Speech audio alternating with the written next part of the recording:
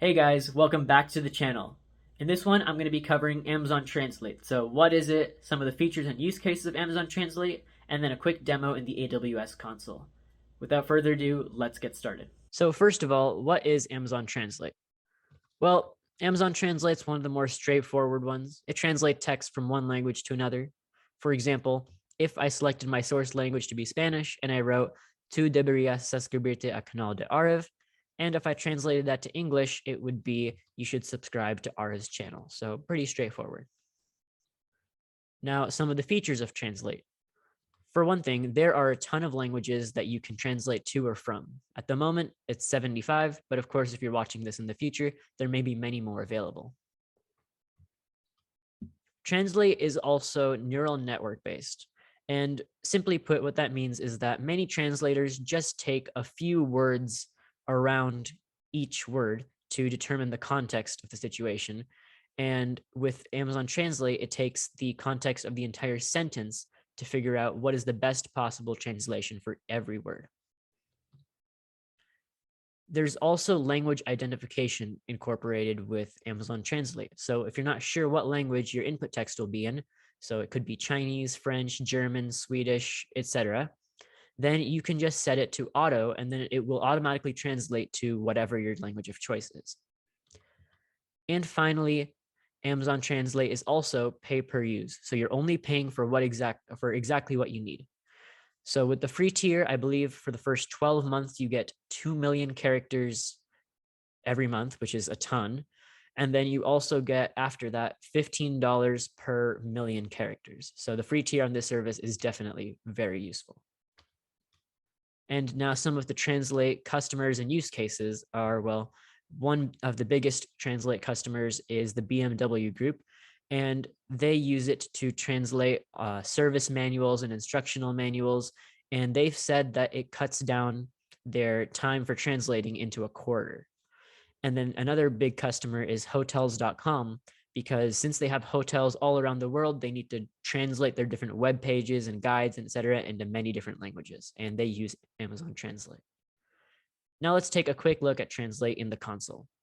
So we're in the AWS console, and then I'm just going to go to Amazon Translate, and again, you can just search for Amazon Translate if you don't have it in your recents.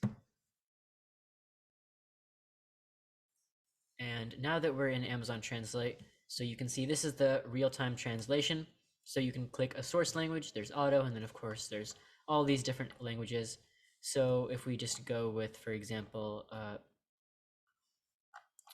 let's go with English. And then we can choose a target language of, let's say, Bulgarian.